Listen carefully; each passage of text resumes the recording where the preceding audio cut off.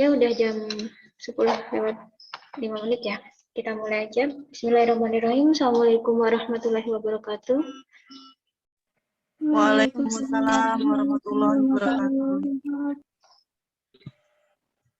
Nah, pertemuan kali ini di RPS praktikum ya, Mbak ya? Assalamualaikum warahmatullahi Namun kan idealnya sebelum praktikum itu, wabarakatuh.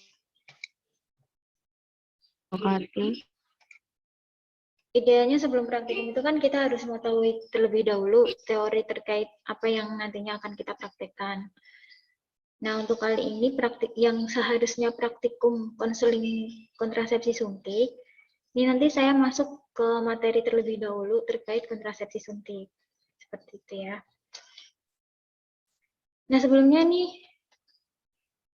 nanti ada kuis, jadi ada feedback, evaluasi terkait materi yang saya sampaikan. Sejauh mana kalian paham, nanti bisa dilihat dari jawaban yang kalian jawab pada kuis tersebut. Oke, bismillahirrahmanirrahim. Assalamualaikum warahmatullahi wabarakatuh. Waalaikumsalam warahmatullahi wabarakatuh.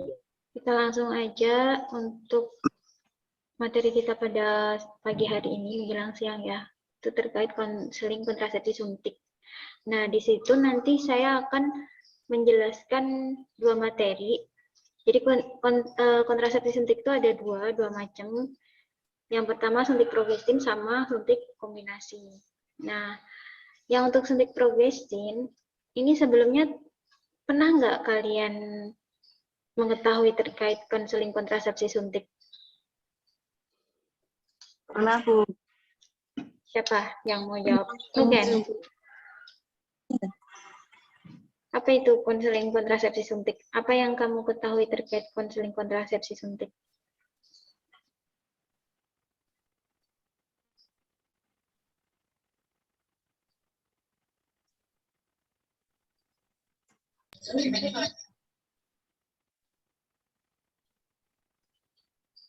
Ada yang mau nyoba menjawab?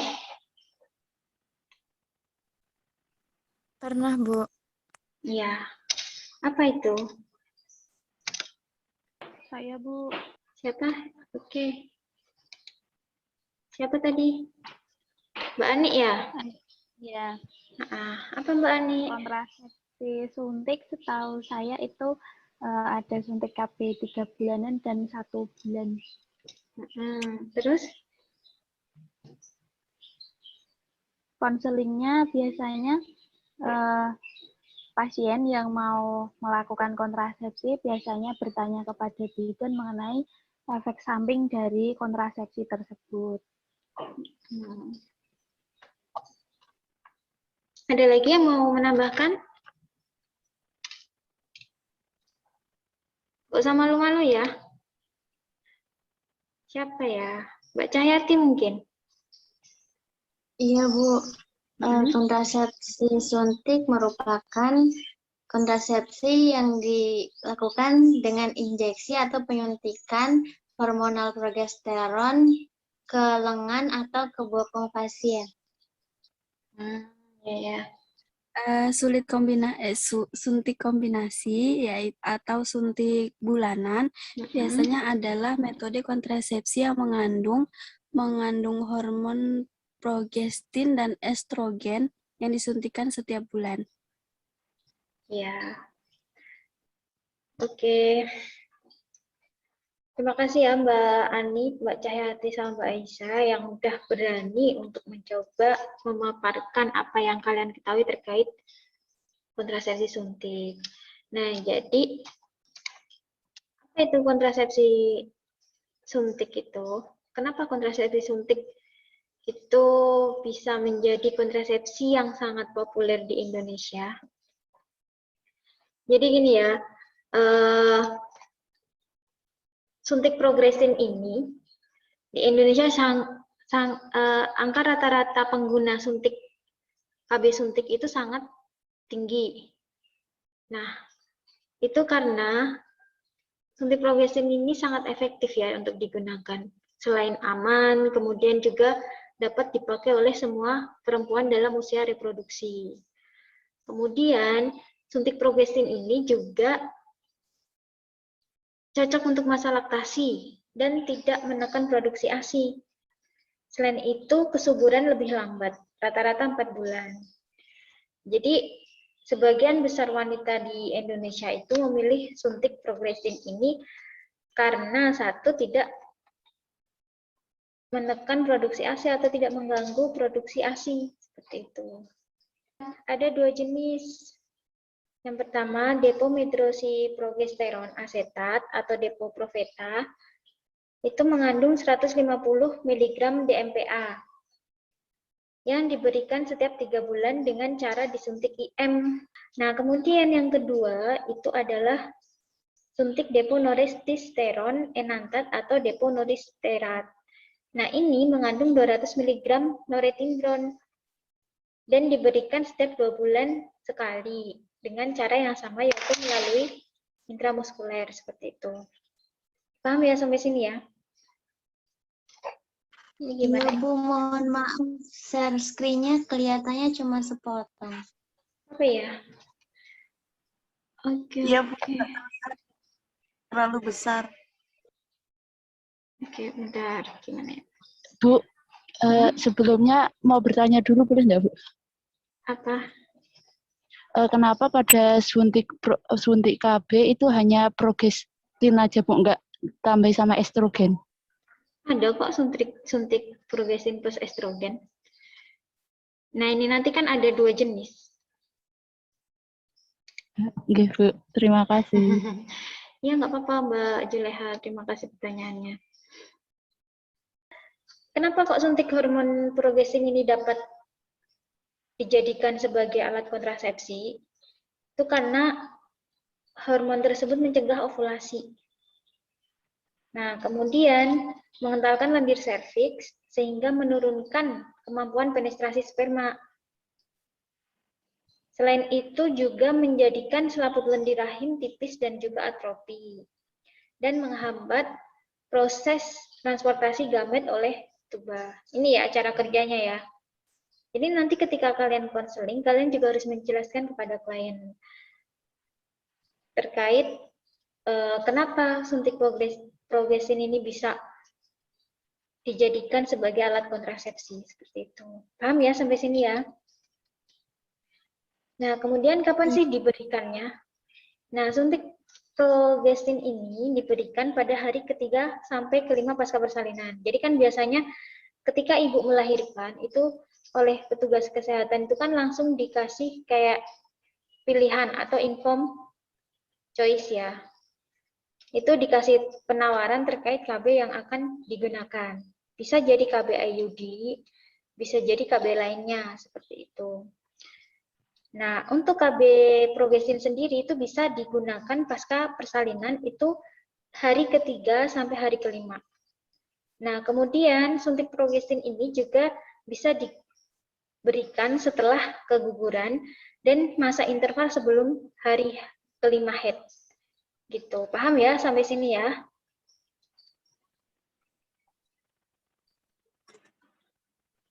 Nah, kemudian tekniknya. Tadi kan Mbak Cahyati bilang tekniknya bisa di lengan ya. Nah, untuk suntik progestin ini, teknik yang digunakan tepatnya ada di intramuskuler dalam, di bagian gluteus maximus atau deltoideus. Ini ya. Kalian bisa jelas nggak sih ininya, gambarnya? Jelas, Bu. Jelas, Bu. Bisa, Bu. Nah, kemudian apa sih kontraindikasi pada suntik progestin? Yang pertama, hamil atau dicurigai hamil. Nah, ini biasanya suntik kontraindikasinya itu hampir sama dengan kontraindikasi KB hormonal lainnya. Yang pertama, hamil atau dicurigai hamil. Emang nggak boleh ya ketika seorang wanita itu hamil atau dicurigai hamil, dia melakukan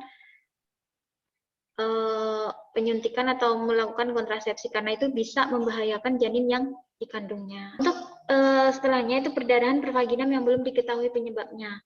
Jadi ketika seorang wanita mengalami perdarahan pervagina yang belum tahu penyebabnya apa, itu tidak dianjurkan untuk melakukan suntik 3 bulan atau suntik progestin. Seperti itu. Kemudian penyakit hati akut atau hepatitis, perokok dengan usia lebih dari 35 tahun, mempunyai riwayat jantung, stroke, dan juga tekanan darah yang lebih dari 180 per 100 mmHg ya. Nah, kemudian suntik progestin ini juga tidak dianjurkan kepada wanita yang mempunyai riwayat gangguan faktor pembekuan darah atau kencing manis, yang mana dia mempunyai gangguan tersebut lebih dari 20 tahun. Nah, kemudian kanker payudara dan juga dicurigai kanker payudara itu juga tidak boleh ya dilakukan suntik kombinasi ya. Selain itu, migrain dan juga gejala neurologik vokal atau epilepsi dan riwayat epilepsi seperti itu. Paham ya sampai sini ya kontraindikasinya ya? Paham, Bu. Nah, kemudian efek samping.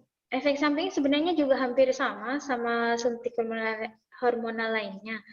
Nah, di sini sebagian besar itu untuk kontrasepsi itu mempunyai efek samping terkait dengan gangguan haid seperti amenor, menoragi, dan juga spotting. Nah, uniknya untuk suntik progestin ini, beberapa penelitian itu menghasilkan atau menunjukkan jika suntik progestin mempunyai efek terhadap kenaikan berat badan. Apa keuntungannya? Yang tadi saya paparkan sebelumnya, suntik progestin itu selain efektif untuk pencegahan kehamilan jangka panjang, suntik ini juga tidak berpengaruh pada hubungan suami istri ya. Beda dengan KB IUD yang dipasang di dalam uterus. Nah, itu kan ada benangnya ya. Itu beberapa pasutri itu merasakan adanya gangguan atau mungkin ada yang kurang nyaman atau hal yang lainnya. Tapi untuk suntik ini sama sekali tidak mempengaruhi pada hubungan suami istri. Nah, kemudian suntik ini juga tidak mengandung estrogen sehingga tidak berdampak serius terhadap penyakit jantung dan gangguan pembekuan darah. Terus, keuntungan yang paling dicari sama ibu-ibu biasanya nih ya, biasanya kan kebanyakan ibu-ibu itu takut, nanti kalau semuanya saya KB, ganggu nggak sama produksi ASI?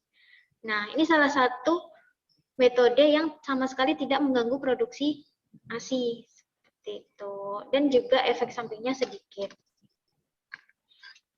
Nah, kemudian suntik ini juga dapat digunakan oleh perempuan usia lebih dari 35 tahun sampai perimenopause. Selain itu, suntik ini juga mencegah kanker endometrium dan kehamilan ektopik, menurunkan kejadian penyakit jinak payudara seperti tumor, dan juga mencegah beberapa penyebab terjadinya penyakit radang panggul, PID, dan juga suntik progestin ini menurunkan krisis anemia bulan sabit. Tahu nggak krisis anemia bulan sabit itu apa?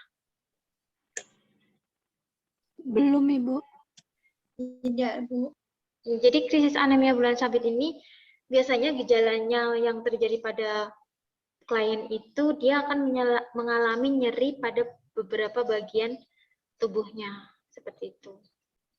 Selain mempunyai keuntungan, suntik progestin tentunya mempunyai keterbatasan ya. Seperti yang tadi, efek sampingnya gangguan haid, siklus haid yang memendek atau memanjang, perdarahan yang banyak atau sedikit, perdarahan tidak teratur, atau perdarahan bercak seperti spotting. Kadang juga klien yang menggunakan metode suntik progestin ini tidak mengalami haid sama sekali. Seperti itu. Dan juga keterbatasan yang dirasakan oleh klien karena ini suntik ya, injeksi ya. Jadi nggak klien sendiri yang bisa seperti KB pil itu kan kita sendiri yang minum ya, nggak perlu bantuan petugas kesehatan. Namun kalau suntik ini itu klien harus ke tempat pelayanan kesehatan seperti itu. Jadi itu salah satu keterbatasan suntik progestin ya. Kemudian suntik ini juga tidak dapat dihentikan sewaktu-waktu sebelum suntikan berikutnya. Karena kan untuk menghindari dicurigainya adanya kehamilan. Kemudian seperti yang tadi saya paparkan, salah satu efek samping yang sering ditemui pada pengguna suntik progestin ini adalah obesitas atau permasalahan berat badan yang sering mengalami kenaikan. Seperti itu. Paham ya sampai sini ya? Nah, kemudian karena ini KB bukan seperti kondom kayak gitu ya. Jadi suntik progestin ini juga tidak menjamin perlindungan terhadap penularan infeksi menular seksual seperti hepatitis B virus atau infeksi virus HIV. Lain halnya dengan KB kondom ya. Kalau kondom itu kan bisa mencegah terjadinya penularan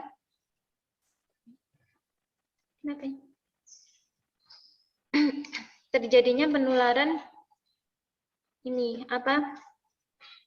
infeksi menular seksual. Nah, kemudian terlambatnya kembali kesuburan setelah penghentian pemakaian. Jadi butuh proses ya, karena tubuh kan harus beradaptasi. Yang tadinya selalu disuntik hormon progestin, itu untuk kembalinya kesuburan itu tidak serta-merta langsung kembali, tapi butuh proses seperti itu. Nah, ini dia terlambatnya kembali kesuburan itu bukan karena terjadinya perusakan atau kelainan pada organ genital. Jadi kan kadang ada tuh klien yang komplain, Bu, kenapa sih saya habis menggunakan kontrasepsi suntik ketika saya lepas, tapi kesuburan nggak dapat gitu. Nah, itu bukan karena perusakan atau kelainan pada organ genital ya, melainkan karena belum habisnya pelepasan obat suntikan dari deponya itu tersendiri. Jadi emang butuh proses untuk mengembalikan kesuburan tersebut.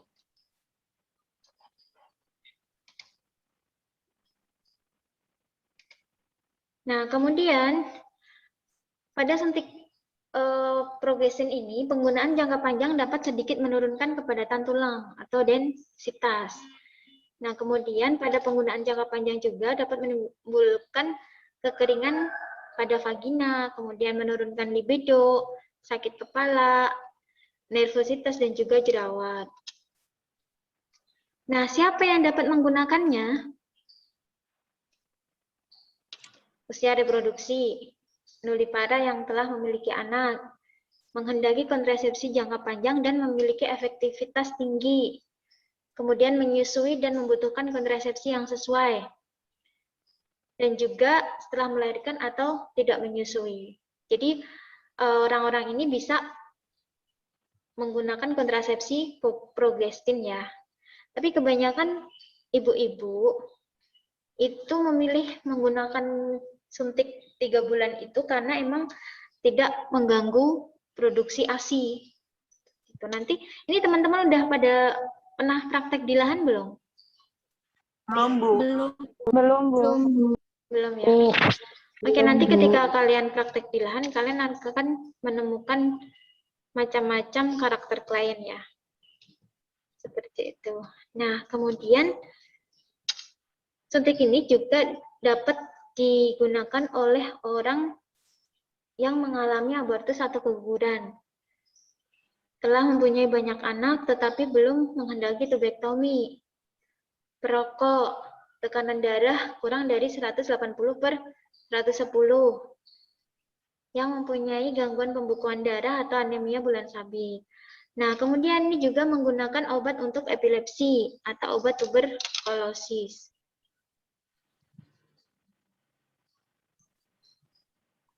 Nah, salah satu tadi kan siapa namanya? Mbak Juleha ya, menanyakan ya, kenapa kok nggak ada hormon estrogennya? Jadi emang nggak semua wanita itu cocok dengan kontrasepsi yang mengandung hormon estrogen. Nah, ini menjadi salah satu alternatif bagi mereka yang tidak cocok dengan hormon estrogen ya. Gitu. Jadi emang tidak dapat memakai kontrasepsi yang mengandung hormon estrogen, kemudian sering lupa menggunakan pil kontrasepsi. Itu di luar dari kondisi-kondisi tertentu yang emang tidak dianjurkan untuk menggunakan pil. Nah, kemudian anemia defisiensi besi dan juga mendekati usia menopause yang tidak mau atau tidak boleh menggunakan pil kontrasepsi kombinasi. Seperti itu. Nah, tadi kan siapa yang boleh menggunakan ya? Sekarang siapa yang tidak boleh menggunakan? Tentunya wanita hamil atau dicurigai hamil. Itu pasti ya tidak boleh menggunakan. Nah, kemudian perdarahan pervagina yang belum jelas penyebabnya. Tidak dapat menerima terjadinya gangguan head, terutama minor. Kemudian mendekati kanker payudara atau riwayat kanker payudara. Menderita kanker payudara atau riwayat kanker payudara. Dan juga diabetes mellitus disertai dengan komplikasi. Seperti itu. Paham ya sampai sini ya? Iya, Bu. Paham, Bu. Nah, kemudian waktu mulai penggunaan. Kapan sih boleh digunakan suntik kontrasepsi ini? Jadi setiap saat selama siklus haid. Asal ibu tersebut tidak hamil. Jadi ketika ingin menggunakan kontrasepsi progestin, kita nunggu haid dulu nih untuk memastikan kalau kita tidak hamil, baru boleh menggunakan kontrasepsi. Dan itu kontrasepsi apapun yang berlaku untuk kontrasepsi apapun ya. Nah, kemudian mulai hari pertama sampai hari ke-7 siklus haid. Pada ibu yang tidak haid, injeksi pertama dapat diberikan setiap saat asalkan ibu tersebut tidak hamil. Jadi kalau ada yang benar-benar pingin, kan ada tuh klien yang memaksakan, saya pingin KB ibu, kayak gitu kan. Kalau emang kita nggak bisa menganjurkan dia untuk datang ketika masa haid, nah kita pastiin tuh ibunya itu hamil atau enggak. Seperti itu. Bisa dengan test pack maupun USG. Gitu ya teman-teman ya. Paham? Paham. Paham. Bu. Nah, untuk kasus klien yang seperti itu tadi, itu ditambah ini ya, selama 7 hari setelah suntikan tidak boleh melakukan hubungan seksual. Seperti itu. Ketika ada klien yang datang dalam kondisi dia sedang tidak haid. Gitu, paham ya? Nah, kemudian ibu yang menggunakan kontrasepsi hormonal lain dan ingin mengganti dengan kontrasepsi suntikan, bila ibu telah menggunakan kontrasepsi hormonal sebelum secara benar dan ibu tersebut tidak hamil, suntikan pertama dapat segera diberikan dan tidak perlu menunggu sampai haid berikutnya datang. Ini maksudnya mungkin awalnya ibu tersebut menggunakan kontrasepsi yang suntik yang kombinasi gitu. Tapi ibu tersebut ingin mengganti dengan suntik yang progestin. Jadi apalagi udah diketahui ya kalau ibu tidak hamil itu bisa langsung diberikan. Contoh lain seperti penggunaan KB pil. Nah, biasanya kan kalau KB pil itu kan ada cara penggunaannya ya. Nah, kalau semuanya ibu itu udah benar dalam mengkonsumsinya, itu nggak apa-apa. Ketika dia ingin ganti ke KB, suntik langsung diberikan. Seperti itu. Paham ya? Nah, kemudian, bila ibu sedang menggunakan jenis kontrasepsi lain dan ingin menggantinya dengan jenis kontrasepsi yang lain lagi, kontrasepsi suntikan yang akan diberikan dimulai pada saat jadwal kontrasepsi suntikan yang sebelumnya. Sama halnya kayak tadi, kalau semuanya ibunya ini menggunakan kontrasepsi lain, itu jadwal pemberian suntikan bisa pas ketika jadwal kontrasepsi lain itu dijadwalkan. Paham ya? Nah, kemudian ibu yang menggunakan kontrasepsi non-hormonal dan ingin menggantinya dengan jenis kontrasepsi hormonal. Suntikan pertama kontrasepsi hormonal yang akan diberikan dan segera diberikan asal ibu tersebut tidak hamil dan pemberiannya tidak perlu menunggu haid berikutnya. Bila ibu disuntik hari ke-7 haid, ibu tersebut selama 7 hari setelah disuntik tidak boleh berhubungan seksual. Ini sama seperti yang tadi saya paparkan ya. Jadi emang kalau ibu itu datang dalam keadaan tidak haid, itu pastikan ibu itu tidak hamil dan juga anjurkan selama 7 hari setelah dilakukan suntikan itu tidak melakukan hubungan seksual. Seperti itu. Kemudian, ibu ingin menggantikan AKDR dengan kontrasepsi hormonal. Suntikan pertama dapat diberikan pada hari pertama sampai hari ke-7 siklus haid, atau dapat diberikan setiap saat ketika hari ke-7 siklus haid, asal ibu tersebut tidak hamil. Ini untuk ibu pengguna KDR yang sebelumnya dan ingin menggantinya dengan suntik progestin. Seperti itu. Oh ya teman-teman, itu apa? Presensinya diisi ya. Itu nanti sampai jam 3. Gitu. Nah, kemudian ibu tidak haid atau ibu dengan perdarahan tidak teratur, suntikan pertama dapat diberikan setiap saat selama 7 hari setelah suntikan dan tidak boleh melakukan hubungan seksual. Kemudian peringatan atau hal-hal yang harus klien ketahui terkait dengan suntik progestin. Itu apa aja? Yang pertama, setiap terlambat haid harus dipikirkan adanya kemungkinan hamil. Ini bagi wanita yang melakukan kontrasepsi ya. Jadi ketika terlambat tuh emang harus dicurigai gitu, dicurigai adanya kehamilan dan harus dipastikan dengan pemeriksaan seperti test pack ataupun USG.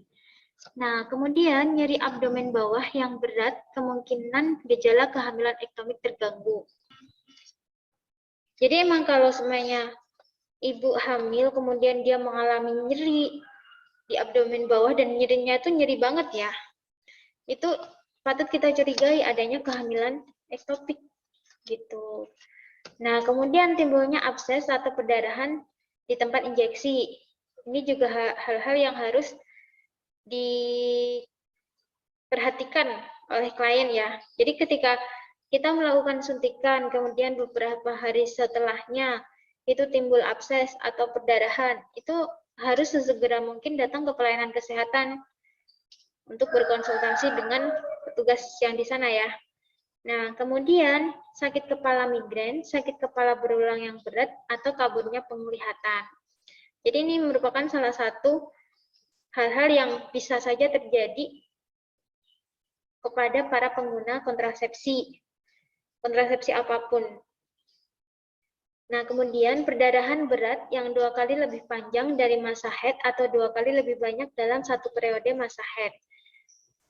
Ini juga wajib untuk diperhatikan ya. Kadang kan emang beberapa kontrasepsi itu merubah atau menimbulkan gangguan haid seperti perdarahan atau seperti spotting atau seperti siklus yang memanjang. Tapi jika perdarahan berat itu terjadi yang 2 kali lebih panjang dari masa haid atau 2 kali lebih banyak dalam satu periode, itu wajib untuk dicurigai gitu. Paham ya sampai sini ya? Bu. Ya, Bu. Yaudah kalau gitu saya cukupkan. Nanti boleh di call stem ataupun di unmute biar nanti nggak bolak-balik masuk